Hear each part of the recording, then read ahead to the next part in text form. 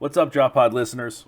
As always, you can listen to the Drop Podcast on Spotify, Apple Podcasts, and Google Pods. We are now on Apple Music, Audible, and Pandora as well. New episodes drop every Wednesday. You can also find all of our content on YouTube at the Drop Golf Podcast and on our socials. Those are Instagram and Twitter at the Drop_pod. No matter how you consume us, like, subscribe, rate, review, all that good stuff, follow and listen along. This episode is sponsored by the Law Office of Mallon and Tranger. Tom Mallon and Randy Tranger are board-certified trial attorneys who share more than 40 years of legal experience. They specialize in personal injury matters, workers' compensation cases, and criminal and municipal defense. As certified trial attorneys, they've recovered millions of dollars on behalf of people injured in accidents and employees injured at work. They have offices conveniently located in Freehold and Point Pleasant. For skilled and personalized legal representation, call Mallon and Tranger at 732-780-0230 or check out their website at tmallonlaw.com. Not only are they good people, they're good golfers too. Okay, I'm signing up for 78 in blood.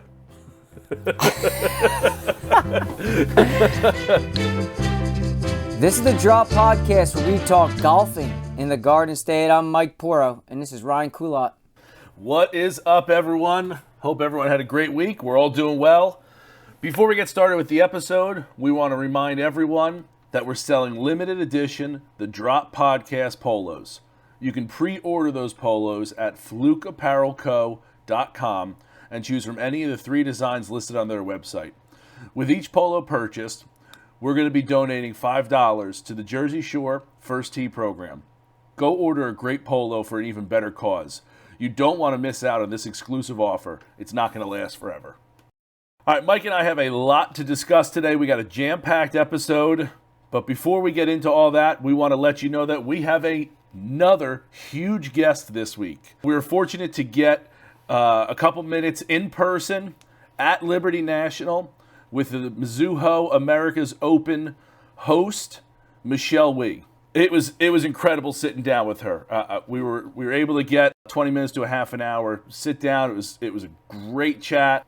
We're going to get into all that, so make sure you stick around. You're not going to want to miss that interview.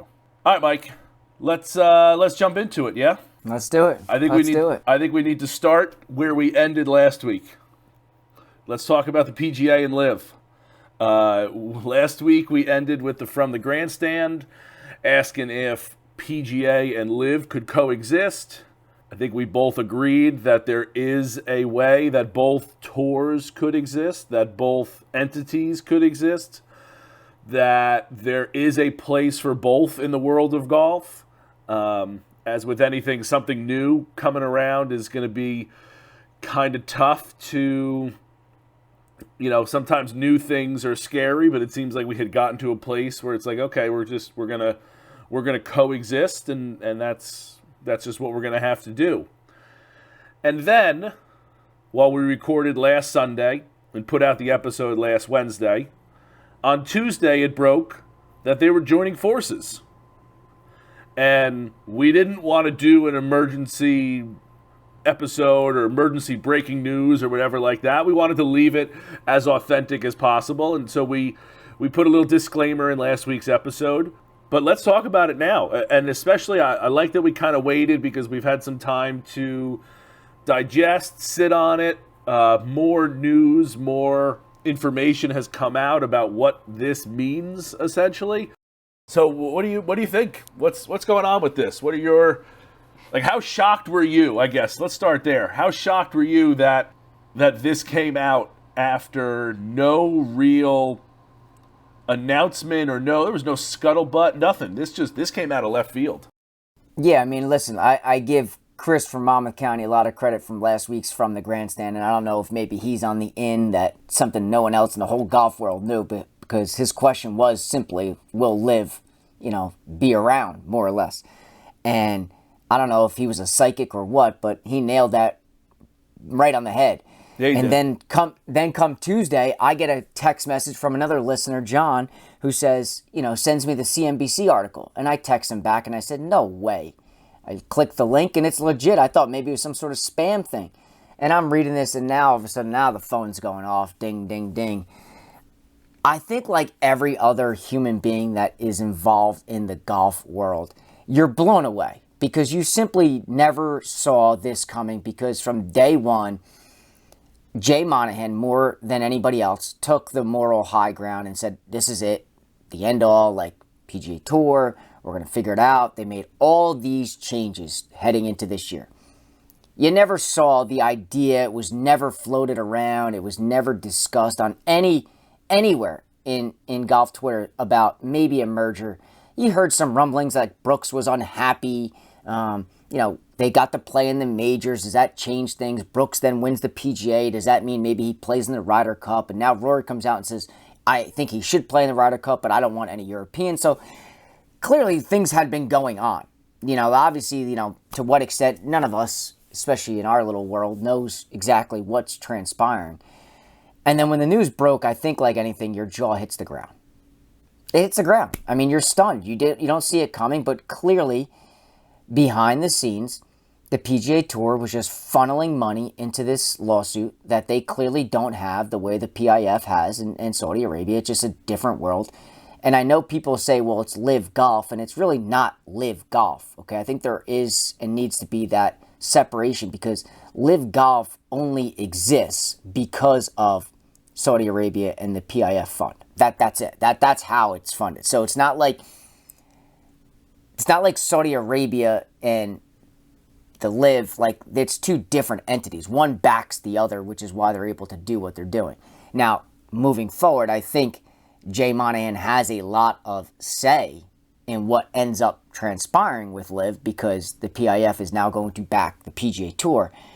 But like Jay has said many times, like he's going to be called a hypocrite over and over again, because he took one way and he went the complete other. He was so hardline on one way. Like he was so hardline for so long, and then seemingly without any no warning. No warning. Yeah.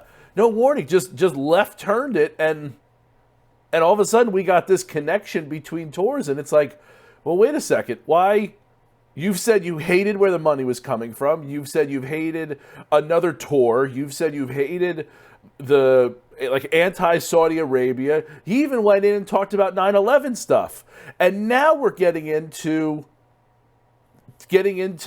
bed with the entity that you've said is the enemy in this, and now you're just jumping in bed with them. That money talks now as opposed to it didn't used to.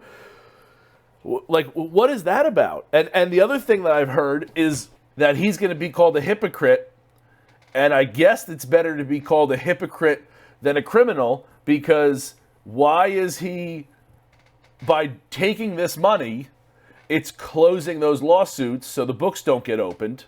So is there something fishy going on?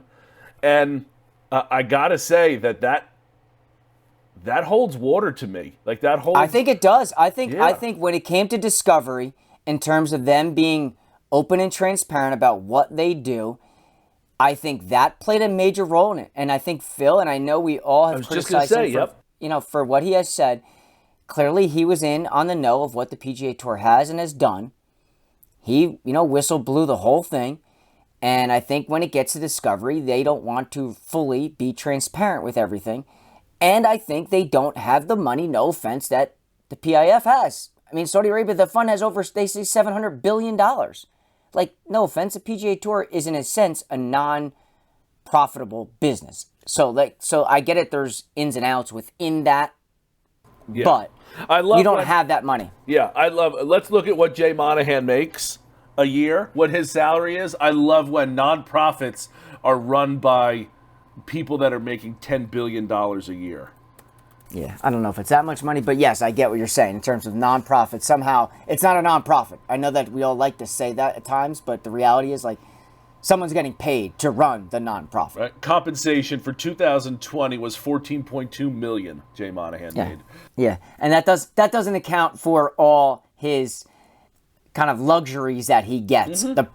The perks, I'm sure, of the private jets and the memberships, the cars. So yeah, that's kind of just a base number. But I think at the end of the day, listen, I think we all can agree that what Saudi Arabia. Which hold on, Mike. I don't even disagree with it. Like $14 million is a ton of money, but okay, he's the CEO of this, and I'm not even saying that he shouldn't have a private jet because he's got to fly from different places and go to speaking engagements. I mean, I'm not even saying that he shouldn't have certain luxuries being the CEO of a nonprofit. I'm not saying that he should be living in squalor because he works for a nonprofit. But there's definitely shady monies being held somewhere that he doesn't want people to know about. Whether it's like, and I don't even mean to sound like that kind of conspiracy theorist, but there's definitely shady shit going on here that they didn't want. And the PGA Tour has been printing money for years and years and years.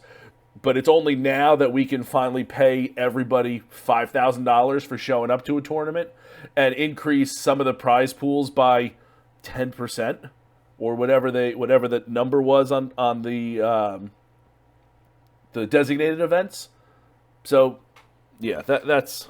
Yeah, listen, I think clearly there's money there. And Phil was right. He called him out. And I think no matter what, we all can sit here and all agree. And I think anybody, whether you like LIV or hate LIV, you like the PGA Tour, you hate the PGA Tour, we can all sit here and say that the atrocities that go on in Saudi Arabia are just disgusting and outdated and ridiculous. Like, does anybody sit there and say, like, oh, no, that maybe, listen, the fact that women can't do certain things there is just outrageous and ridiculous. We're in 2023. We need to adapt and we need to evolve a little bit. They don't do that.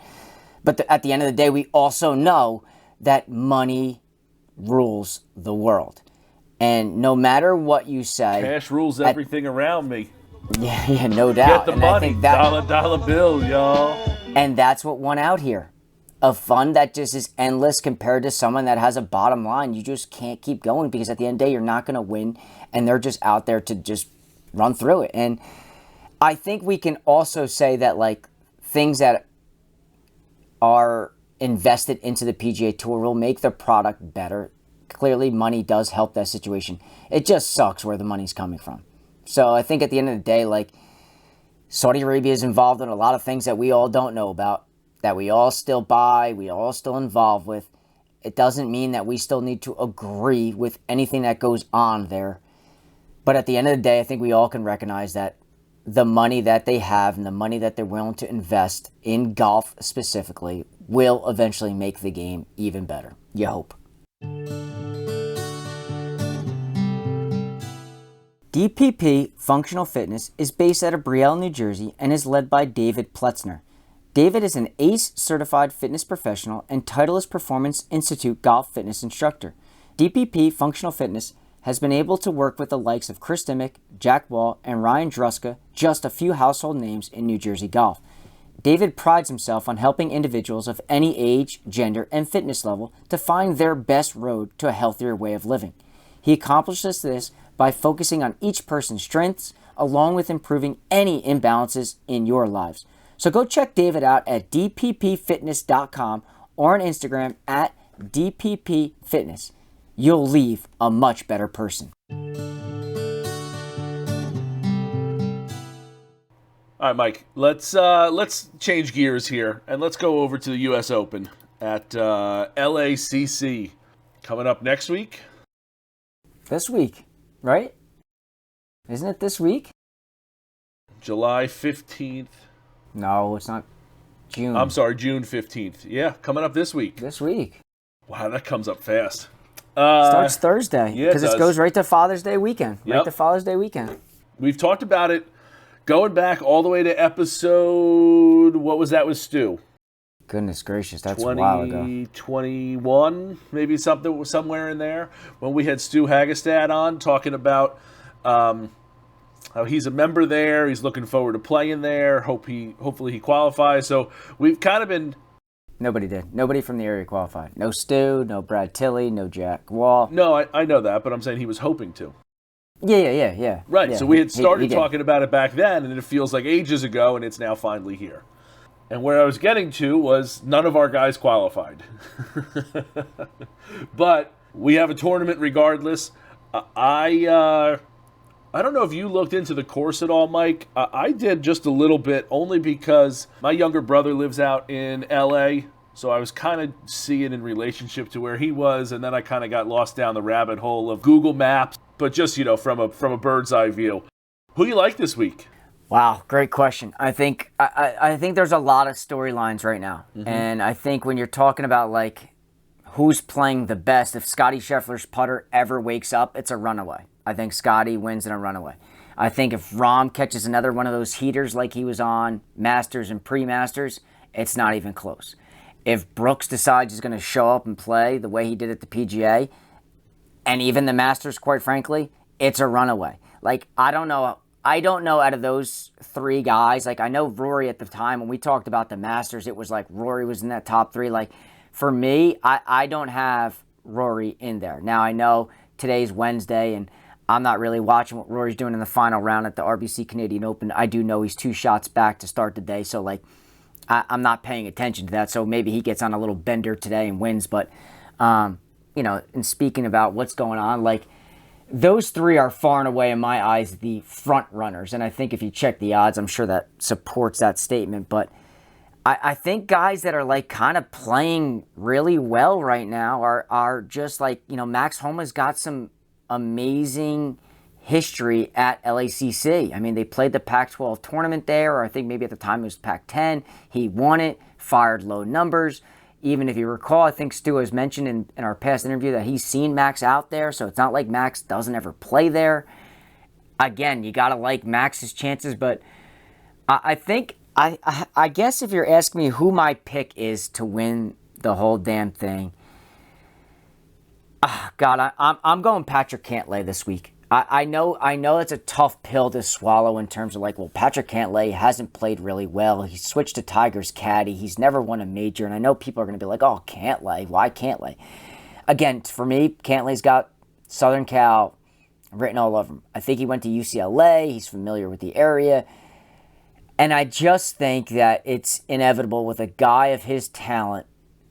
Hopefully he doesn't hold up the whole golf course, but if he's in the last group, who cares? I just got Patrick Cantlay winning the 2023 United States Open at LACC. Okay. I don't think I like Cantlay. Like, I don't know if I would bet him to do anything. I don't know. I feel like the talk about him's got to put, I don't know, pressure is the right word, but I'm not in love with Cantlay as that bet. I do love Max Homa, though. Love Max Homa. I almost love him to the point where I'm trying to find ways to talk myself out of how much I love Max Homa. And, like, thinking maybe there's too much pressure on him to do well this week because he knows the course so well. That there's that added pressure of, like... But can't you make that same argument then for Cantlay? You certainly could, but I don't know. You're just in love, and sometimes when you're in love, that just you don't see anything else. Exactly. So I've even thought that, and I'm like, ooh, I still like Max Homa. I do. I like Max Homa. I like Matty Fitz. As a guy who plays well in the U.S. Opens. Yeah, no shit. He just won last year. Right. So that's I would qualify that as playing well. And this is me again. Like I'm taking out. I pulled up the betting odds. Scotty's plus 750. Rahm is plus 800. McIlroy plus 100. Brooks plus 1100. Patrick Cantlay, your boy, plus 1400. Victor Hovland plus 1800. Is that 5? What was 1, 2, Rory? 3, 4, 5. Plus That's 1100. 6. Rory's plus 1,000. Oh, okay, yeah. Brooks you said 100. You scared me. Oh, Gotcha. You scared me. So those are, and then Xander Schauffele is plus 2,000, Morikawa 2,000, Spieth 2,200. Like as I like to, I like to get rid of the top guys because I don't think we're living in like a Tiger era where. But there was a stretch there where Tiger was winning 14% of his starts or something like that, and it's just a run I don't think we'll ever see. So, because of that, I like to go a little bit down. And again, a guy like Max Homa, who's plus 25. So I think that's going to be I think that could be somewhere. Matty Fitz plus 330. I'm sorry, plus 3,300. So again, and I liked. I said a couple weeks ago I liked Sam Burns. I think that's another one. Like you keep going further down, it's like all right, that's another one that I kind of like. So again, staying away from the top guys.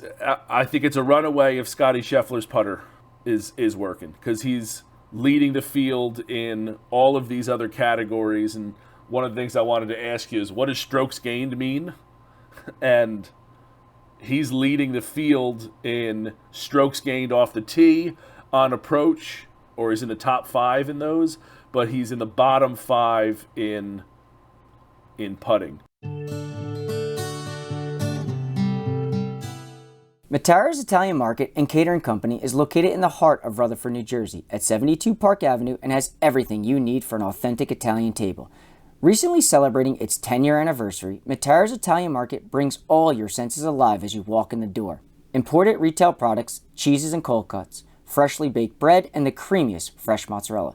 All can be ordered on the Matera's On Park app in Apple and Google stores.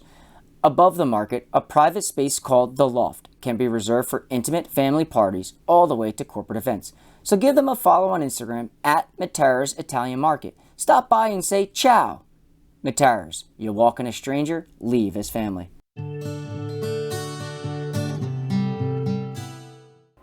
So, I think that brings me to this. Mike, do you know what that means? What does strokes gained mean? So listen, I would say I know what it means, but I think there are better people to explain it than me. Because, and again, I could be wrong with fully grasping this because I think even for like the average Joe, like if you're worried about strokes gained, dude, don't, fast forward to this part. Like strokes gained is a metric that guys on the tour are really worried about. But it's a way for you to like compare like your performance in all aspects of the game against the other people like in the field or on the season. So it's an overall metric. So, it talks about like hitting the ball off the fairway. Like let's see in relation to where you are against the field in all the tournaments or that specific tournament, did you gain strokes against the field in terms of being in the plus? Same thing with X amount of shots from a certain distance, 100 yards, 150, 200, par threes, putting on 10-foot putts because there's like anything, everything is a stat and everything is analytics based. So in a 10-footer, they track every single 10-footer throughout the entire tournament. And are you plus or you minus against the field in that tournament? And then just like anything, they have the overall. So then when I combine all the tournaments together, are you in the plus in terms of making that 10-footer versus everybody else? And clearly, if you've, like to your point, if you've seen anything about Scotty, the dude just stripes it from fairway to green, but when he gets on the green, you just don't know what's going on. Right, he's becoming Michael J. Fox when he gets up there. So I'm not going to read this, and it is a chart, so it's not going to be great to be explained. But basically, this chart on shotscope.com is a blog post that's explaining it, and I think I'm starting to understand it a little better. But it just to me is tough on how they can track. Like if I hit it in the fairway, but I only hit a 200-yard drive, you hit a 300-yard drive, but you're in the rough. I don't know. It's tough for me to wrap my mind how we can mathematically equate which one of those is better. Right, and I'll tell you this: don't. Yeah. Don't. Again, these stats are awesome if you're an analytic nerd like me. Like, yes, it's awesome to look at. But at the end of the day, just like that example you said, if you're not hitting the ball on planet Earth, who cares? Yeah. Who cares? But I think that's a way, like if you are trying to get better and you're somewhere, someone who's shooting close to 80, let's say, and you are... what's an 80 average? Makes you like a 8 to 10 handicap somewhere in there. Yeah, maybe lower, 7-ish. And you want to get to somewhere where you're a little lower, and you want to figure out what to work on. I was thinking maybe this is something that you could focus on to say, okay, how do I do this? How do I look at this and go, okay, I'm really not putting the ball well, which is kind of what I thought, but that's really very clearly, if I was putting the ball even slightly better, I'd go from a 9 to a 5 real quick. So again, that's kind of what my thinking was, and how to kind of figure that. And I think to your point, I think that's to simplify the strokes gained formula or model is exactly kind of like what we do when you and I play. We track fairways, we track the greens, we track how many putts. And I think for the average person, like that's simple enough that you can look at your body of work. If you're really diligent and you care about your golf game, about improving, like let me track everything I play. And all you need to do is put an X in the box if you hit the fairway or if you didn't. And then you just tally them up. And then at the end of the year, you have real data about what you did when you played. Right. And I think that's a great starting point before you take it to the advanced level of strokes gained. Mm-hmm. Okay. So then I'd go another step further and keep pushing the envelope. How many, like what's good? If you get, again, par 72, there's going to be 3 par 4s, which means that you got 14 fairways to hit. What's a good number of those? Obviously 14, but if you hit 10 fairways, is that good? If plus, you have anything that's plus versus the field. So for example, I'm not even talking about like strokes gained. I'm talking about for the person that wants to be better at, like they start tracking their stats, right? Like you said, you and I do, and I start noticing, hey, I hit 11 of the 14 fairways today. I hit, like, let's talk about our last couple rounds. We played Shoregate. If I hit 11 fairways, Seaview, I hit 10 fairways. Is that good or bad? I don't really know. I'm going to be honest. Neither of those numbers are true. but what's the number you're looking for in that? And then I'd say the same thing with putts. Like 18 holes, 2 putt is 36. Is 36 putts way too much? So where should your putts be? Yeah, so I think again, just like everything in life, we're all going to be different in terms of what our expectations are, which is why you need a foundation and a baseline. So you would need to be consistent and do this often and then say, okay, where is my golf game at, right? Okay, maybe for some of us, 50% is the number. We want to hit 50% of the fairways, 50% of the putts, and we just want to 2-putt every hole and have 36 putts. For some of us, that's going to be damn near good. Because I'll tell you, like, anytime that I'm on the green, because I'm not knocking it super close, and really the only time I don't look to 2-putt is if I'm putting from the fringe, and that's not considered a putt. So, but I still look at that as like, I want to 2-putt that because I should putt it. That's why I'm putting it, and then I should make the next putt. So, like, I always look. I don't want to have any speaking, 3 that's putts. A 1-putt. Exactly. Yeah, but I'm saying I don't want to ever have any 3 putts. So I look at every green as I want a 2-putt because that's what golf is. Any par 3, you're hitting the green, 2-putt. Par 4, fairway, green, 2-putt. Par 5, fairway, green, 2-putt. So that's how golf is calculated. So again, not that I would argue this, but I guess I would say 36 putts. While you say it's too much, I'm saying that the game of golf is saying 36 is your standard number. Which is why when you play your game, we're all going to be different. Like if you were to ask me point blank, Mike, what are your goals? Like if we play a par 72 that is 14 par 4s and 5s, a combined, 14 par 4s and par 5s. Like my goal is to hit more than 10 fairways. Period. I want to be somewhere between 10 and 11 out of 14 fairways. When I putt, ideally, it'd be the number 30 and lower, okay?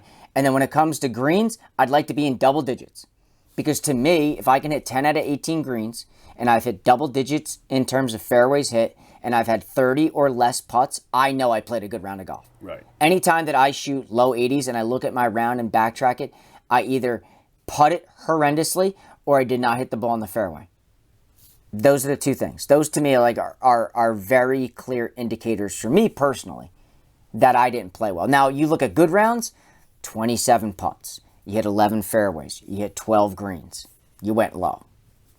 But again, I think that's what we all need. I would argue that you went super low. Like if you were to tell me you had 27 putts and hit 11 fairways, 11 of 14, and hit 12 green in regulations, I would, and I have no idea to base this off of. I would say that's around in the 60s. Probably give or take. Yeah, you're probably 68, 69. So that's what I mean. That's a really good round of golf. Right. Which means that if you had, but I also said 30 or below. So like if I had 30 putts and you keep me the same numbers, to me it's like probably right around even par. Okay. Give or take. Yeah. So because just like anything. But then just like anything, 36. If you had 36 putts and that puts you at a 78, I'd also consider that a really great round of golf. Like, you look at how many people break. Like, if you went out every time and you're going to say, hey, you're going to shoot 78, are you taking that? I'm not signing up for that. You're not signing up for that? No. I am too much of a, if it's 78, it needs to be 77. And once it's 77, it needs to be 76. Okay. I'm signing up for 78 in blood. But that's golf. Yeah. That's golf. And that's the thing. We're all different. Just because the amount of times that I've broken 80 is not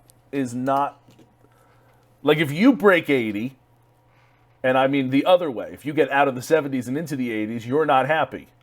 I'm always happy.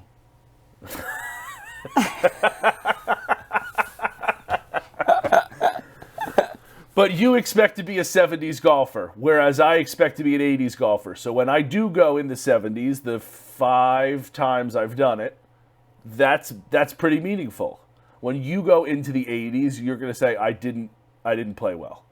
Correct? I might say some other choice words thrown in there, but if you want to summarize it, sure, we can keep it that simple for 100%. Yeah, you're not going to be happy. So, but again, I think we got two different golf games there. Since the game began, golfers have longed to spend eternity on the golf course. ExtraHoles.com has made that possible. ExtraHoles.com is a unique way to pay tribute to a golfer who has selected cremation upon their death. Their biodegradable, personalized golf balls have been designed as a creative option for family members and friends to celebrate and remember the life of a golfer.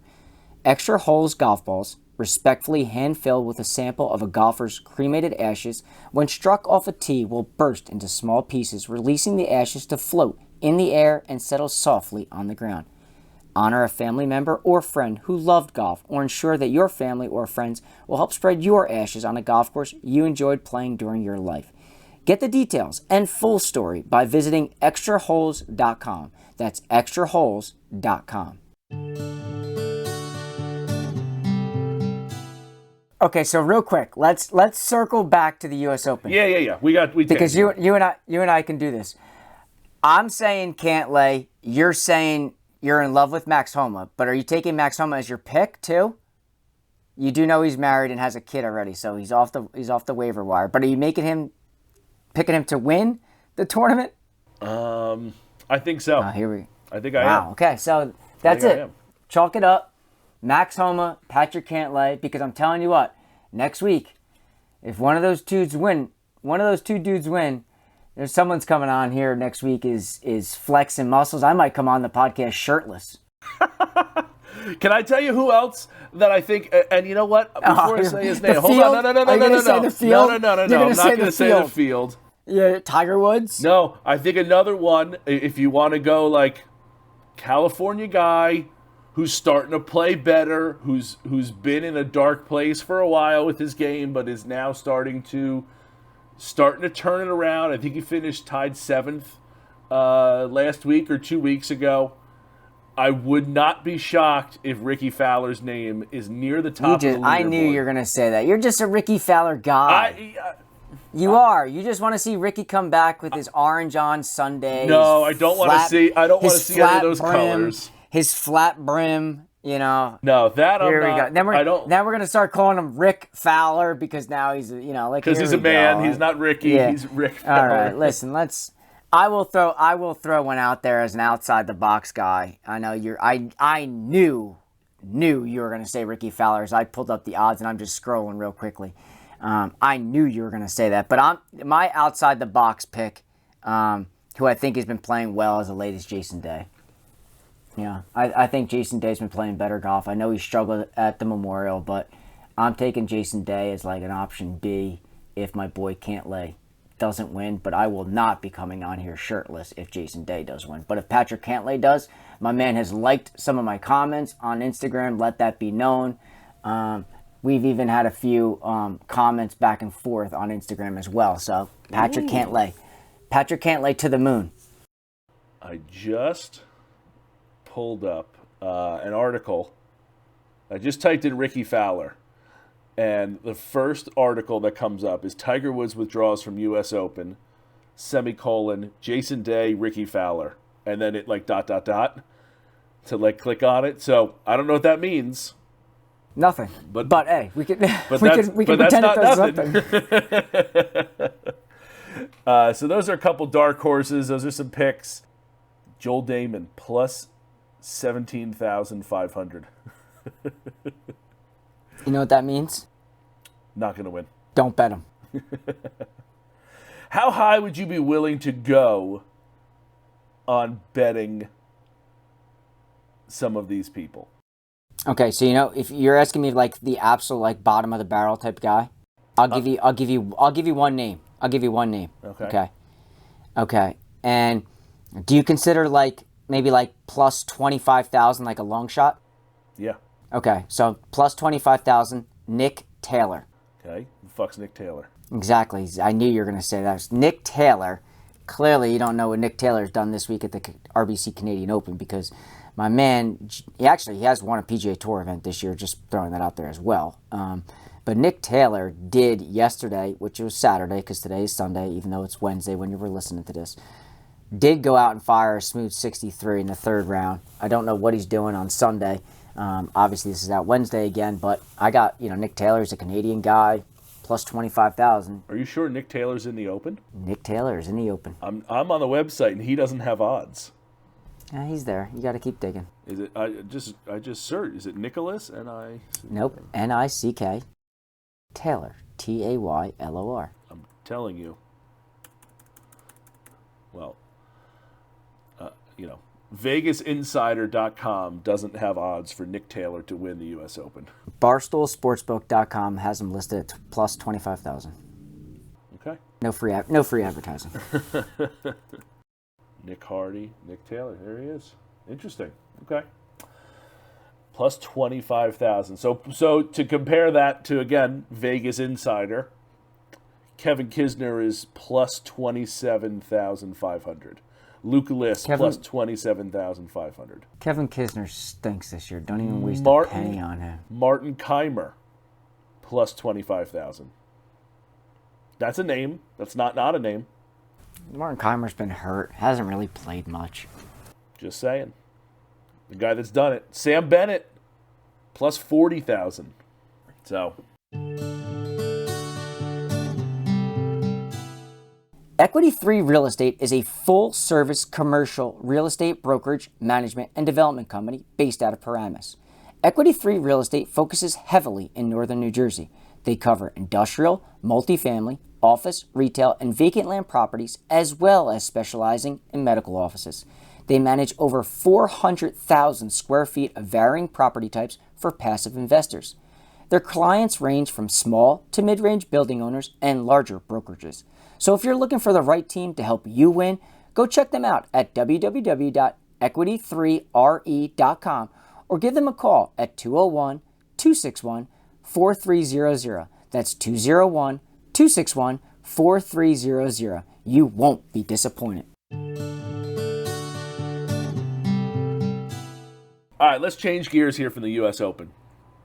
And let's get into something a little closer to home for us.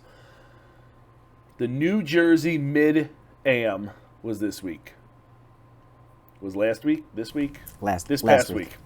And I don't know how to... Sometimes I get kind of confused in how to say that. If I think about the day we record compared to the day we're putting this out, sometimes it gets confusing. But it was hosted at Deal Golf and Country Club, 3-day event. They play stroke play on the first day, and then they get a field of 16, and they play match play. You got 2 matches on. So they did stroke on Tuesday, matches on Wednesday, like round of 16 Elite Eight, and then the next day is the Final Four and the finals. And we had some guys in it. There were some guys that were playing in it, guys that we've talked to, guys that we haven't talked to yet, guys that we know, and it was quite a good list. Yeah, I mean, listen, it was like the who's who of New Jersey State golf. Every time we looked up, it was like, yo, look at Mike Stamberger, number 1 seed. Guess who he's playing? Troy, our boy Troy down from Troy, Little Mill. yeah. And then if you just go up and down the list, it was like, we had him on, or we've talked to him, or he's going to be a guest coming on soon. Like, it was like name after name after name. And it was just like, it was really, really cool to see a bunch of what I like to call, and I know you make fun of me for this, is like household names when it comes to New Jersey golf. It was fun. You kind of feel like, I know at times I think highly of a lot of these guys in terms of who they are and what they've done, but there they all are again. Yep. You know? So I'm going back to, I only want to focus on, I don't want to talk negatively, so I only want to talk about the guys that made it. But some of those guys that we've either talked to or have some kind of relationship with, like you said, Troy was the 15 seed? 16 seed. If I go down the list, Troy was the 16, got to the finals. I know we've talked to Michael Brown, who he lost to. Michael was a 14 seed, so the final of this was a 16 versus a 14. As you said, Michael Stamberger was the 1 seed. Jerry Wall made a little run. Troy beat him in the semifinals, in the Final Four. So if we keep going backwards, the Final Four was Troy versus Jerry Wall. Jerry we had on when we had Jack. Michael Brown and Anthony Campanelli was the other one. So again, those are all guys that we have talked to or are going to talk to. Pat Wilson was in the field. So it was just loaded with, it felt like half the guys were guys that we've interacted with. Let's call it that, interacted with or have interactions with. What a fun day, fun couple days for us watching these guys that we have now vested interest in. And as you said, you have a little different, like you hold these guys on such high standards because of your competitive golfness, going to see guys hitting balls on the range. And I know what you mean, because I've seen, again, we've played with Troy. I've seen Anthony hit balls. It sounds different than when you and I hit golf balls. They go through a different process. So it is really cool to see. They are guys that we can kind of look up to, but now seeing other sides of them, they are dudes who we can root for, So yeah, and I think like anything, I talked to quite a few of them after stroke play. And just like anything, the goal is always just to get to match play, because really the seeds are irrelevant when it comes to match play, because it's just you versus the other person. It doesn't even matter what you shoot. You just want to get there. But I think when you saw all the matchups actually come out, seeing Troy, who is an absolute stud, he just was the Mid-Am champion down at the Philly at the Gap last year, so he knows how to win. Michael Stamberger's record speaks for itself. So when you saw that first round matchup, that is like no 1-16 matchup. Like, nah, it's not even close. That's probably like a championship matchup. So the fact that those two are going head to head right off the bat, you knew someone was going to make a run out of that, and Troy only beat him 1 up. Well, and the other thing is, between the top 16 is only 4 strokes. Michael Stamberger shot 2 under 69 on that first day. Troy shot 2 over 73, and got in on a 3-hole playoff. So you're looking at, it's like, yes, it's a 1 and a 16, but there's only record-wise, 4 strokes. it's not. Yeah, it's not. It's certainly not. Yeah, and then I think the other matchup, the thing that stood out a lot compared to the other ones, was number 2 versus number 15. And that's why I say, like, seeds can't matter. Pat versus Anthony is no walk in the park for either one of them. Obviously, Anthony had, the leg up being at Deal, his home course. No one probably knew it better, that whole top 16, than Anthony. And, and clearly he made a little bit of a run. And then obviously, if you press fast forward, you get to the Final Four. You and I were going back and forth texting like, dude, what 4 matchups, like, or what 4 players in 2 matchups is that? Because, again, and that's why seeds don't matter. If you look at it, 14, 15, 5, 16. Those are the 4 seeds that are in there. So clearly the seeds is irrelevant. Who's playing well at the right time. And then Troy just obviously played extremely well against Jerry, winning at 6-4. Michael Brown made a huge comeback down the stretch versus Anthony, winning, 2 of the last 3 holes, 16, 17. And if you want to even date further back, Michael Brown was 1 down with basically 5 to go and rallied back. Yeah. To win that match on the 19th hole. So that was obviously big. I had actually stopped watching that match because I think they were through 16 and Anthony was 1 up. Through 12, Anthony was 1 up. Because then Michael Brown went on a little binger where he won 13, 14, 16, 17. Oh, so it was earlier. Yeah. But oh no, wait, no, I take that back. I take that back. Am I misstating that? That might have been in Troy's match. That might have been in Troy's match, pal. Yes, you are right. I apologize. You are right. He was 2 up going into 16. 2 up going into 16, yeah. And then he lost 16 and 18. 16 and 18 to you're right. to tie. So like correct. Yeah, I had stopped following because again, I think there's no way that Anthony's going to bogey 18. Again, he knows that course better. I've seen him birdie 17.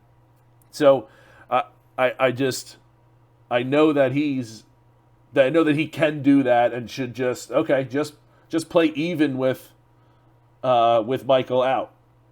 Yeah, I looked at the wrong match. You're 100% right with that. Yeah, that was a stunning one.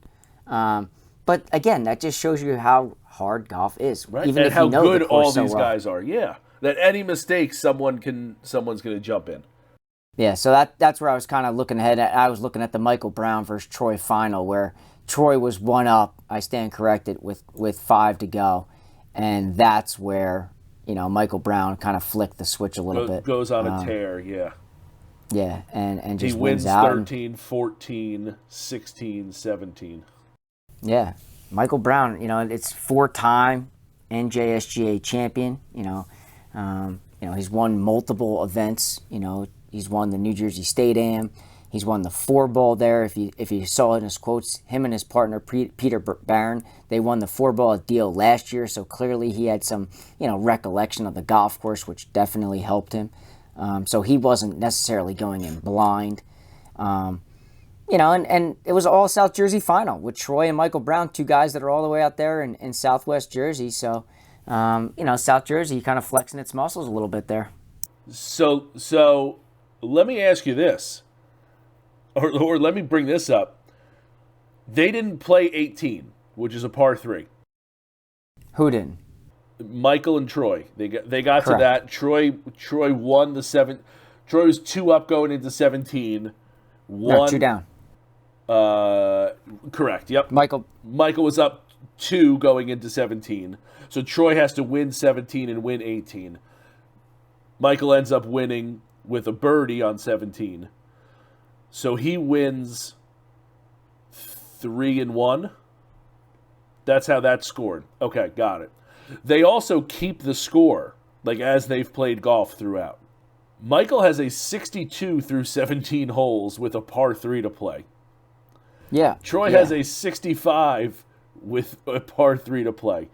So even if you go that Brown's going to bogey, that's a 66 is playing some fucking golf.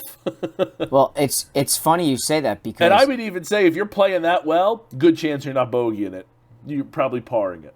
Yeah, dude, I literally... Just like anything, dude. Just like I'm a fan of these guys because like we've joked around. Like I even texted Troy afterwards and talked to him, and his quote says back to me says, "Yeah, that was a tough one. Michael was -6 through 17 holes today."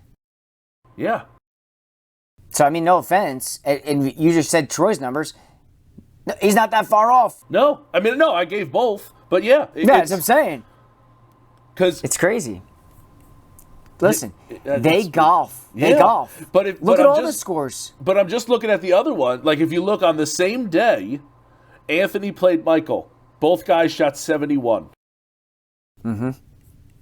So they played Yeah. 35 holes. They went even in the morning, so to speak. And Troy put in work in his Final Four matchup. Yeah, he did. Yeah. But even so, he shot 35 on the front. They only played 14 holes. But yeah. But to go that low in the final is low. Yeah, it's golfing, and Yeah, that's why, and that's why I say, I think for a lot of competitive golfers, I think that's like Shorty. Shorty got low. Okay, I'm going to move on from that one, but I think a lot of times, if you talk to competitive golfers, the idea is just to get in, because if you get into the championship, it's just that's a huge accomplishment, because the majority of us people can't shoot 65 on a whim. Right. Nonetheless, do it in the finals of the championship with all the pressure on you. So, these guys are very, very good. I mean, we saw it firsthand when we played with Troy out in Little Mill. I think that day he shot 65. At least, goddamn it, it felt like he shot 65. It felt like he shot 52 through 27 holes. Yeah, I mean, even you look at Pat. We know how good Pat is. Pat lost his first match to Anthony, shooting 68. That's 3 under, and he got He didn't play the 18th hole, but yes. Oh, that's right. Didn't play 18. But even so, if he pars 18, you're telling me it's a par 3. He shoots even par. And got rather worked.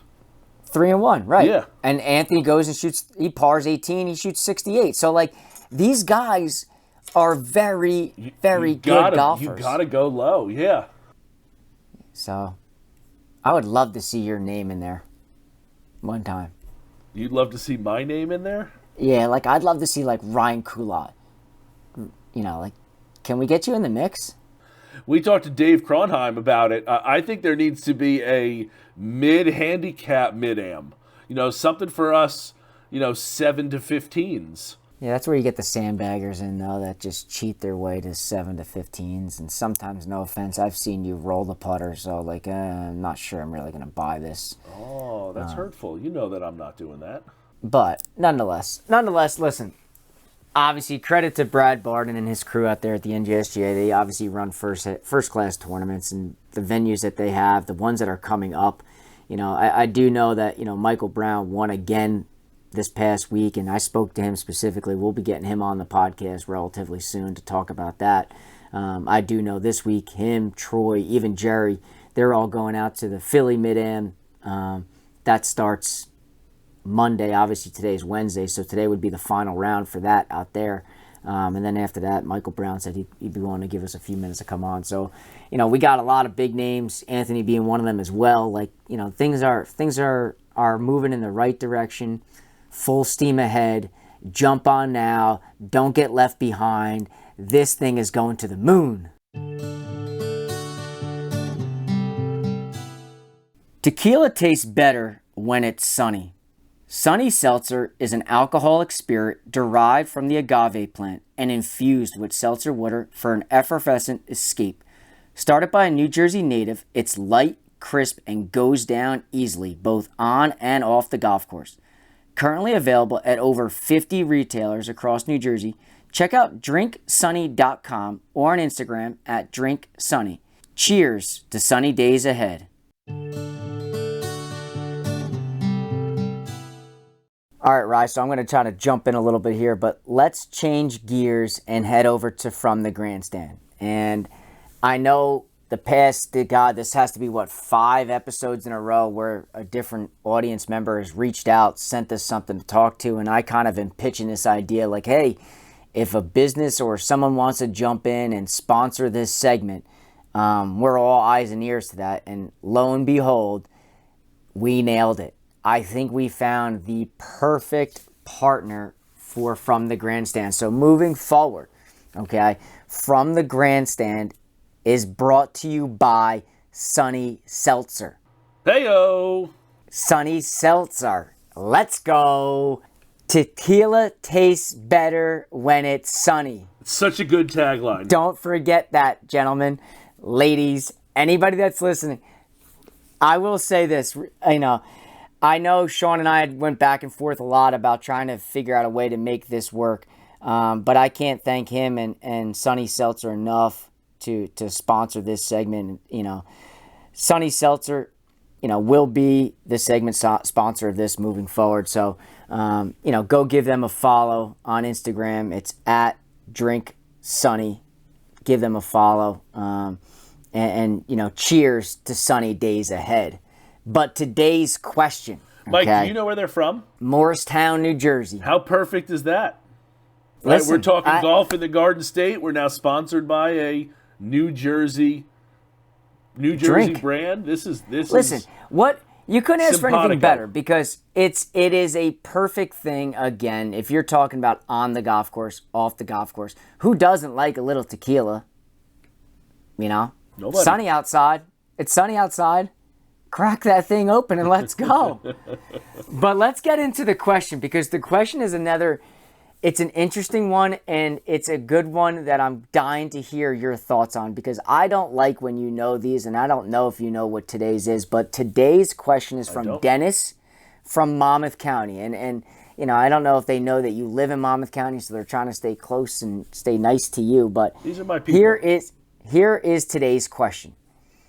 Do you think the ball rollback will be on hold since all the upheaval happening with the LIV and the PGA Tour? Can't wait to hear your thoughts. Hard yes. Wow. Yes. No hesitation. Nope. I can't imagine. I would think it has to be on hold while the PGA Tour figures out this new merger. Right? They can't possibly take on two of the biggest things ever in golf history to happen at the same time, right? Are they that stupid? They can't possibly be.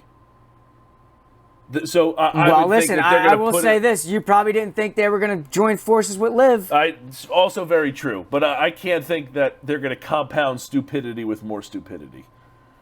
While I think the rollback is we've talked about that. I don't like the rollback anyway. I think they're going to put it on hold with all the upheaval on it. Now this merger, I just can't imagine that they're going to go forward with it for next season. Can't. And possibly. I think to clarify, it's not obviously starting next season. I do want to clarify that. And I also want to clarify that it's not the PGA Tour specifically. This is a USGA rule change, okay? Now, the PGA Tour follows the USGA rules. Now, this rollback would be considered a unwritten local rule. You did not have to adopt it. But if you were to play in the United States Open, or you played in the British Open, which the RNA and the USGA oversee, then you'd have to change the golf ball. We know how this whole thing works in terms of are they going to have two different balls for two different tournaments, and then the other 25 they're going to play the regular Pro V1, and they're not going to date back to the Titleist Tour Balada? I don't know. But I do think in terms to what Dennis was asking, does it get put on pause? Listen, I'd like to say that it's 100% on pause. It's now the back burner. This should probably be something we don't even talk about ever again. But I say that, and you probably could quote me in that earlier on that I would have said LIV and PGA Tour never would coexist to some extent. And the fact is, nope, that's going to happen, and quite frankly, that could happen next season, is mind-blowing. So just that this rule was not going to take effect tomorrow, the fact is, this is supposedly coming. Now, when does it come? I don't know. I just hope that maybe this kind of says, slow down. We don't need it.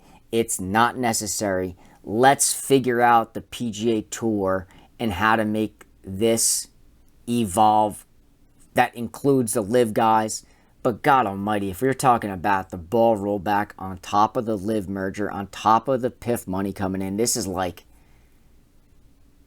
Monahan must have his head spinning. He might need a couple private jets. And you're not, and you don't want to pay nonprofit CEO. Yeah, I can't imagine. It's a good question, but I can't imagine that they're gonna push forward with this for next year. And I like that you clarified it. So here's another question. Maybe you know this. Would they play the qualifyings for the U.S. Open with a rolled back ball, or are they playing it with a? They have to. They have to. If you're playing a tournament under their set of rules, all the qualifiers. So think about it. Even guys like Brad Tilley, Stu Hagestad, Jack Wall, all those guys that try to qualify for these tournaments specifically, like they would have to play the rolled back ball because it's a USGA event. It's the same thing with the British Open. Like the RNA is involved here in that decision with the USGA. So those two majors, okay, would then use the rolled back ball. Now, again, they're talking about this rolled back ball not going into place to 2026. So, like, again, we're really kind of dating ourselves if we're thinking that, like, 2026 is on the horizon as if it's tomorrow. Right. But clearly, in order to get this going, you got to get those ball manufacturers thinking about this. You got to get them producing the product. You got to have the players now testing it. You got to. It's not something that you can all of a sudden say tomorrow, hey, listen, we're playing the Tour Ballata starting tomorrow. There's no more Pro V1. Like, no. So they got is that the name of the ball, the Ballata? Oh, my goodness. Yeah, you never heard about the Titleist Tour Ballata or the Titleist Professional 90s? Professional 90s I've heard of. Those are ball. That's the ball before the Pro V1. Like, in terms of, like, what everybody played. You either played the Professional 90 or the Professional 100. And before that was the Tour Ballata. Oh, I'd never heard of the Tour Ballata. Yeah, I'm a little older than you, so I can probably date things a little further back than you can in the inventory. But, yeah, like, so I know it sounds 2 years down the road, but, like, yeah. Because I read an article, again, not Tour Ballata's on sale on eBay. $20 for a dozen. Yeah, go hit one of those. Go hit one of those and compare it to whatever you play and let me know how far it goes. Because I read an article, and again, not everything on the internet's real. I get that. But it said on there that the Tour Professional 90 and the Tour Professional 100 would not be in effect under even the rule change that would go on in 2026 because it'd still be illegal. And that's where the Tour Ballata came out. Would that ball be okay? Yeah, it's crazy. So, listen, it's a great question from Dennis. It really makes you think kind of like outside the box and really makes you think and project ahead. But, like anything, 2026 will be here before you know it. Yeah, it will. All right, let's get into the Mizuho Americas Open. Let's do it. What a day. Well, I mean, what a day indeed. So, Mike, where do you want to start? You want to start the background, or you want to start what we did and then go into the background? Let's go to the background. Okay. Oh, no, you didn't like that. You were going to go first. I was going to go first. I was going to say, we sat down with Michelle Wie in the same room. That's the best live. part. That's the juicy part. That's what people want to hear. But I think, just like anything, everybody wants the end result to be that. Like, as if you and I called her up and said, hey, can we come up and talk to you? And it just happens. Like, that's not how it works. But I think sometimes people say, like, oh, wow, do you have her on speed dial? You just made it happen. Like, she's in New Jersey. You went up. Like, no, it doesn't happen like that. Even though I know some people truly think that, like, we have that type of connection, but we don't. I do love when people ask us, like, how'd you get that person on? How? A lot of DMs, emails, it's a lot of phone work. calls. And I think, yeah. And I think that's one thing nonstop. That if you're an avid listener and you're a true follower and fan of what the things that we're doing, obviously we appreciate it. But that's the one thing that you and I don't take for granted is, like, behind the scenes, like, the grind is real. Like, we're trying to make this the hub for all things golf in the Garden State. So, like, if events are coming to New Jersey, like, we want to be at those events. And the reality is, you knew, and we had heard back when Michelle Wie was coming to New Jersey, to Liberty National specifically, for the Mizuho Americas Open, that she was the tournament host. So, just like anything, my wheels start turning, and it's like, all right, let me try to connect with this person to connect me to that person. So somehow, some way, I was given an email address to fire out to this person and say, is there any way that Ryan and I can get in front of Michelle or get Michelle on, knowing that her tournament's coming right here to the Garden State? This chain started in mid-March, people, mid-March, okay? And we didn't sit down with her until early June. So, like, these are things that go on behind the scenes that, like, yeah, you should get this person on. Listen, we would love to. If you have a connection, DM me, hook me up. We will set it up. But in terms of, like, a Michelle Wie, emails going back and forth. Easter's coming. The Masters coming. She's clearly busy. Make a long story short, we didn't stop with the emails. And thankfully, her agents didn't either. They didn't give up. They never said no. They said they were going to make it their project to make sure that we got some time in front of her. Before you know it, it's the week of her tournament. The thing's starting on Thursday. I get an email saying on Monday, Michelle will give you some time on Friday in person at Liberty National at 9 o'clock. Done deal. Done deal. Like, nope, no questions asked. We will figure out the details. And I know some people may be disappointed when you listen that it's not video, it's strictly audio, and that's some of the asks that they had on their end, which is completely fine, because for two people like you and I, like, just getting Michelle on and talking to her was a home run. But I think that's what the audience needs to understand. It's like, hey, listen, behind the scenes, things are real, things are happening, and, you know, just like anything, we're trying to put out the best product that we can. So, you know, that's kind of how and what went on behind the scenes in order to land, you know, what I like to refer to as the Tiger Woods of the female game in Michelle Wie. No doubt. Yeah, it was incredible. I mean, you and I grew up with her, you know, like she was the Tiger Woods of the LPGA Tour for our high school, college years. And it was I don't even have the words to say. Like, when she walked into the room with us, it was just like a presence about her that was just overwhelming. It was so cool. It really was. Listen, it was so cool when she walked in. We're like, wow, Michelle, thank you for giving us some of your time. Like, just like anybody, I think if anybody that can relate to when you've met a celebrity or met someone that you've looked up to or you've watched on TV. I mean, God, I told her the story that when I went to Pinehurst last summer that I rewatched on NBC when she won the U.S. Open at Pinehurst. I told her that because I wanted to get familiar with the golf course, never thinking 12 months later I was going to be sitting in front of her. But right. There she is. So let's talk about how she's the host of this tournament. So, like, we know that Tiger's got his host tournament, and Michelle wants to host this one. Let me backtrack. What I was blown away with when we talked with Michelle, and you guys will hear it in the interview, she talks about how the LPGA Tour doesn't have the same kind of accommodations or setup as the PGA Tour does. Things like the PGA Tour has hotels set up for their players. They got food arrangements, cars. They got all these things set up where even we know down at Seaview, like, the girls weren't staying in the hotel on property. They had to go off property. So, like, the arrangements for the LPGA Tour, and Michelle talks about this, have been second rate for first class talent. And I loved how she said that, because these are professional golfers as well. And while they might not get the eyes on them that the PGA Tour does, they still deserve the same treatment and amenities. So her big thing is, we want to host this tournament at an iconic event, or at an iconic venue. And Liberty National is an iconic venue.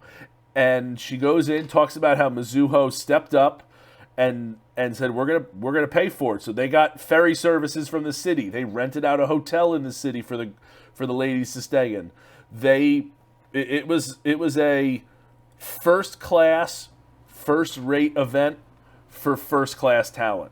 And this is what Michelle wants the LPGA to become, to get eyes on it, to where you know the venue because you've seen it played on the PGA Tour.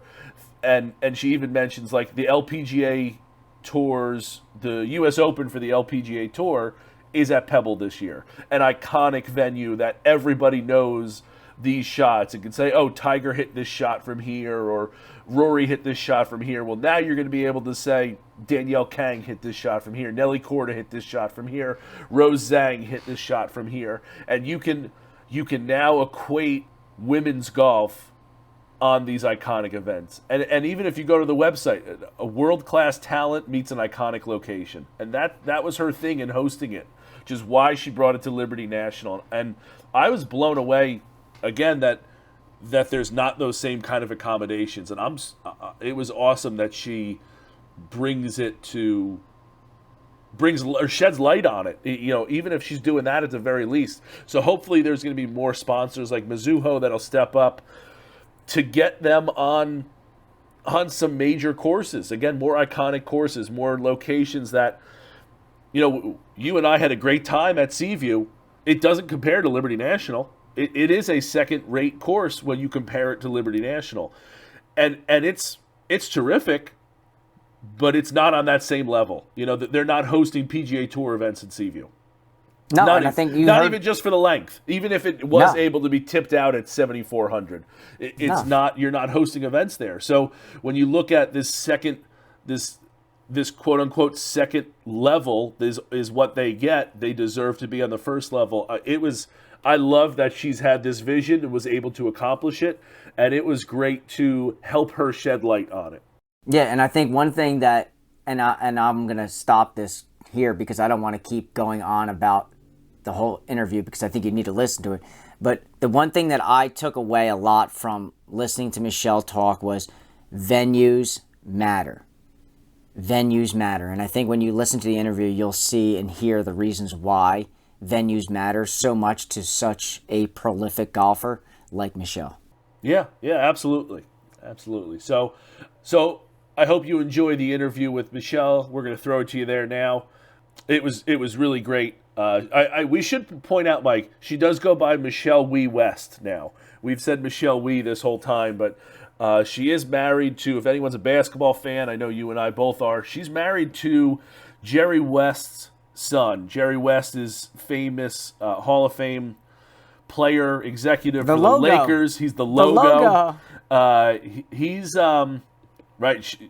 Those are some rich bloodlines that she's got there, and I don't mean rich like wealthy. I mean like those are some athletic blood running through her kids. So I hope you enjoy the interview with Michelle Wie-West. We're going to send you there now. Enjoy. All County Exteriors is a third-generation premier exterior home remodeling company celebrating over 40 years in business. In a remodeling world where the average remodeling company only survives in business for only 5 years, All County Exteriors has stood the test of time, providing their customers with top-quality roofing, siding, windows, and doors. They service homeowners and builders with anything from small repairs to large additions. All County Exteriors is not just limited to construction. They have a deep passion for giving back to their community and are charitable supporters of the Make-A-Wish Foundation, the American Cancer Society, Roofs for Troops, and Parents of Autistic Children. If you had planned to do any exterior remodeling, call the experts at All County Exteriors for a free, no-obligation estimate for your project. Just call 732-370-2780 or email them at info@allcountyonline.com. That's 732-370-2780 for All County Exteriors for all your remodeling needs. So today's guest is an unbelievable person. She carries so many titles, and I'm sure I'm not even going to get to them all. She's a mom, a wife, a businesswoman, a major champion, a podcaster, and the tournament host of this week's Mizuho Americas Open. Michelle Wie-West, thank you so much for giving us some of your time today. No, thanks for coming. I think when Ryan and I started this conversation back in March about like maybe we can get lucky and get up to Liberty National and actually see this place and even maybe just cross paths with you was like kind of like a dream. And the fact that we're all sitting here today is like incredible. Oh, thanks for coming out. Hope it lives up to your expectations. Oh, there's no doubt it will. And I obviously doing some research about like why Liberty National, and I know the things that I've read that venues matter a lot to you. And I think when you're able to jump on board a tournament as the host and running things, like finding that spot matters. I guess when you were deciding on where this may end up, why here? Yeah, I mean, I deeply believe that venues matter in elevating the women's game. Liberty National is obviously very well known. They've hosted FedEx playoff events. They've hosted the President's Cup, and events of even that caliber on the PGA Tour, people recognize this golf course. The fans, when they watch it on TV, they recognize every single hole. And they remember, oh, Jordan Spieth did this here. Tony Finau won the golf course, won the tournament on this hole. So if we're playing these types of venues where fans recognize the course, more fans will innately tune in. We cannot be a top tier tour if we play second tier courses. That is just how it is. And the fact that we're here at Liberty National, the Fireman family has been so gracious for us to host this event. They are very deeply involved with junior golf. The Fireman family are incredibly invested in growing the game. And this is a purpose-driven event. At the end of the day, Mizuho Americas is so deeply invested in empowering women, elevating women within their own company. Now, these are pillars of their own company, and advancing the next generation.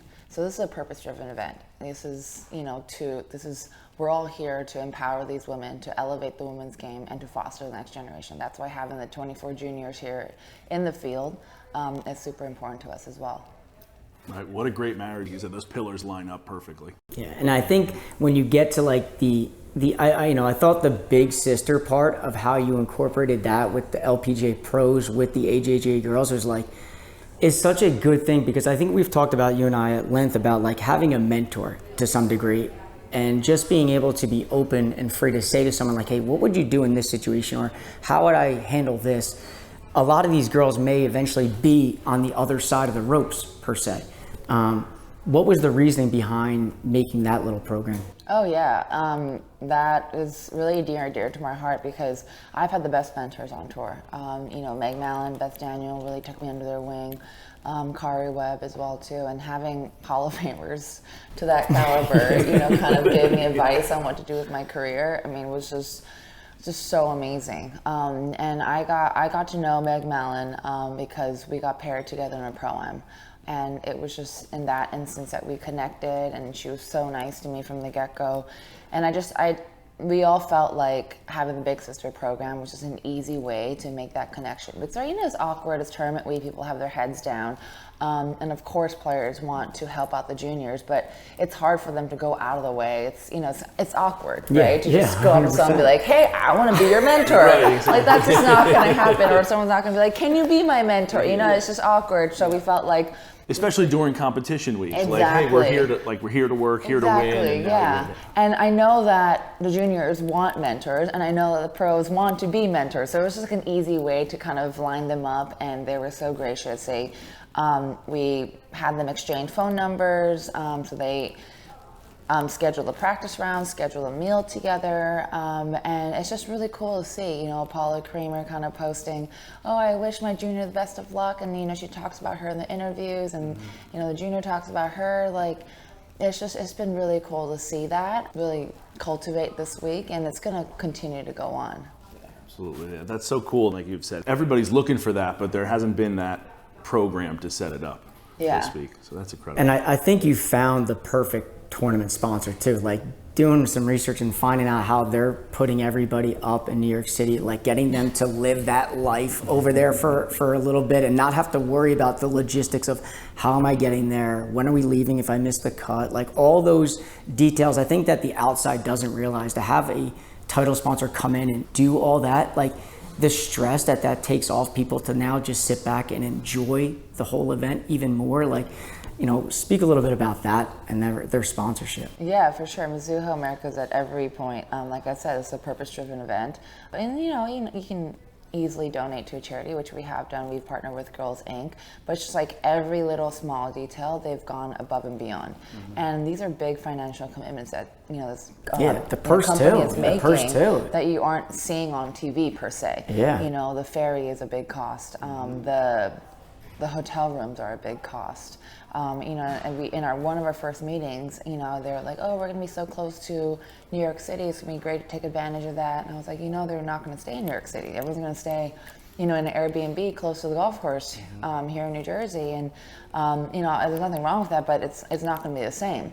You're not gonna get the same effect that the men have when they all stay in the city and you have ferry rides that come back and forth. And you get the videos of that, and they're like, oh, okay. I was like, they're like, it'd be really great. Like every week, it's just such hard logistics, trying to figure out commercial flights, trying to figure out, which hotel we're staying at. It's very different from NFL, NBA, where everything is just automatic. You just show up with your bag somewhere and the rest is taken care of. This is literally opposite. You have to figure out everything. It adds so much to the plate where, like, if you have to worry about your logistics and playing, it's like those they just worry about playing. Yeah, and exactly. If your clubs don't come, then, you're like, what? But then this week, all the major club companies were here with their trucks, like they do on the PGA Tour, which is also really great. But yeah, Mizuho and I were and we were talking, and they were like, okay, we're just gonna buy out the hotel then.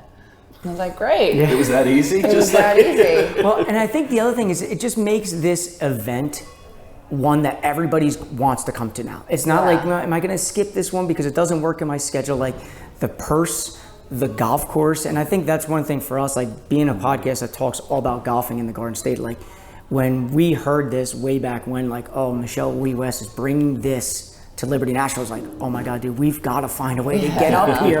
And now, like, when you step on scene and you see everything, it's like, wow. It's amazing. Yeah, and I've always said that, in order to, start to decrease the pay gap, start to elevate the women's game, you need buy-in from corporations. And, Mizuho Americas has done just that. And we've raised the game this week with player dining. We have steak for lunch. Yeah. I know. Where is that? We have a smoothie station. We have a major order omelet station. These are like little things that are hopefully going to have a ripple effect, in the rest of the schedule. I would love to see more tournaments, pay for people's hotel rooms and, make the logistics a little bit easier. Of course, we want to be the best tournament on the schedule, of course, but we also want every other tournament to be like ours. And we want to make that change. We want to create that ripple effect for the rest of the other corporations, the other amazing sponsors that we have on tour, to just be like, okay, we need to step up our game. They've already done so much for our tour, but that little bit of competition, always, really helps. Right, and you can't be, like you said, you can't be a first-rate tour with second-class amenities. Yeah. And things like, I'm going to be honest, I didn't know that, like, the trucks weren't at all the LPGA events. Not, yeah. It's kind of mind-blowing to me. Yeah, That, we don't have them we used to have them even at majors. There were no trucks that came to majors. We just have our LPGA equipment truck. But now it's really cool. I talked to the Titleist rep yesterday. I think he's going to be at 10 or so events, which is about a third of our schedule, and TaylorMade's going to be at 5 or 6. So we're getting there, It's just great that these companies are, putting in extra resources to be here. And that's, like you said, that's how we become a top tier, tour. I mean, tennis and golf are already the two sports that, are another level for female athletes, but we want to keep raising the bar. Yeah, and there's no doubt with names like yours, like that helps. Because I think that, like, when people see an event and that you're the tournament host, I think that just elevates things even more so on the competitive side too, like saying, like, we got to up our ante a little bit here because what Michelle's doing here isn't matching what we're doing there. And I think that goes to all, like, even on the men's side, like when Tiger gets involved, or even like Jack's tournament this week, like you talk about the smoothies, he's got the milkshakes, like that, those little things. I want milkshakes. Well, maybe that's something for next year. Yeah. But I'm saying those are things I think that, like, the players look at and say, like, that's a reason, a fun thing that's not always like in the fairway, down the ropes. Like, you're able to step away a little bit and kind of be a human being and say, I can't wait to take my son or daughter to go get that milkshake. And I think having those things outside are so big, and having names like you. Right, be on board. Yeah, 100%. Can we talk a little bit about your game? Yeah. Because I know the U.S. Open is coming up, and I know that you've won it in the past. I was fortunate to take a trip to Pinehurst last summer, and I can't lie, on NBC, I watched your whole thing from start to finish to get acclimated with the golf course. And I said, oh, and now it's kind of like coming full circle and I'm sitting here with you after watching that whole thing. But now that I see it's at Pebble Beach, obviously another exclusive golf course, like, what are your feelings about going into that week for you personally? Are you excited, nervous? Are you anxious? You know, I did see in the interview that you've only played 9 holes out there. Yeah, true. And obviously your time this week is beyond busy. What are you projecting for yourself looking into that? You know, I'm just it's really going to be a week of celebration. Literally all my family's going to be there. My in-laws are going to be there.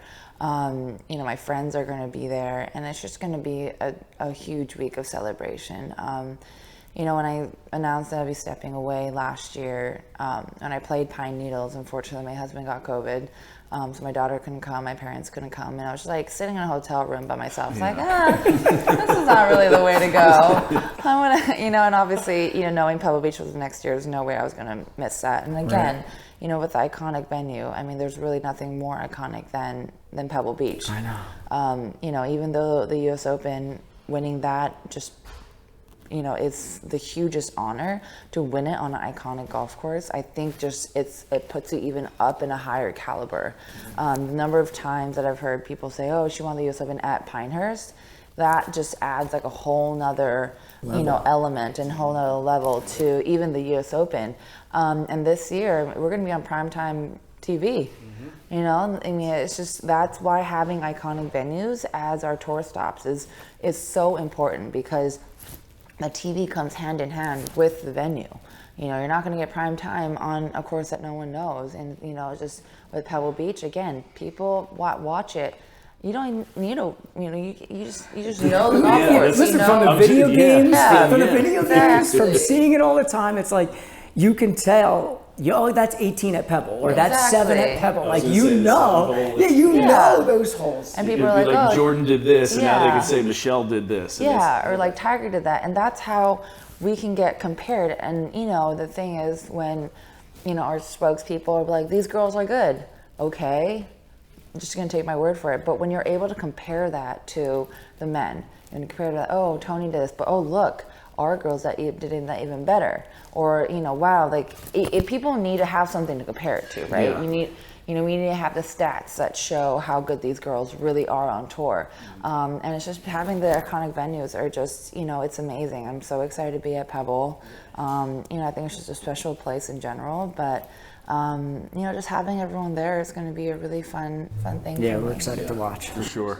I know for Mike and I, because we're about the same age, and like watching you grow up and seeing your stages of life and where you are now, and like using the word celebration, I think is such a cool word for you. Like playing in it, sitting in a hotel room by yourself, like what, with no amenities like you have here. Like that's, who wants to do that? Nobody wants to grind for, you know, 20 weeks on tour like that. So going to an iconic place with all your family, friends, all those people, that's going to be such a special week for you. Yeah, I'm saying celebration right now. I'm stressed out. I have anxiety about playing. But yes, it will be a celebration. Just keep saying celebration. Yeah, it's a celebration. It's a celebration. I think if I say that enough, I'll believe it. Yeah. No, but you know, Hey, listen, you never know. Come Sunday. Exactly. Hopefully. Hopefully. You know, why not you? Yeah. You know, it's like one of those things where like Pebble was always like, okay, Pebble's gonna be the last one. It's not here yet. It's not here yet. And it's getting closer. And you know, I know the Monday afterwards is gonna feel very, very strange. Yeah. All of a sudden it's going to be a week before and you'll be like, I guess I should hit golf balls. Yeah, no, that's really literally where I am right now.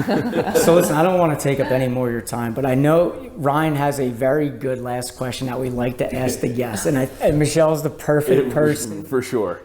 So golfers are superstitious by nature.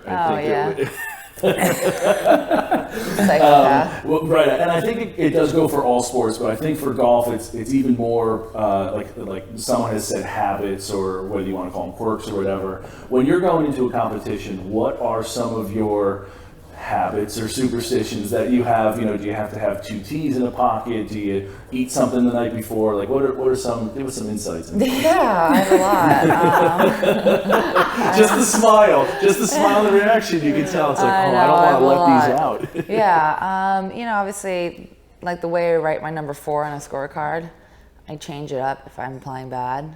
Okay. Switch ball markers if I'm playing bad. Before the cut, I don't like to cut things with a scissor.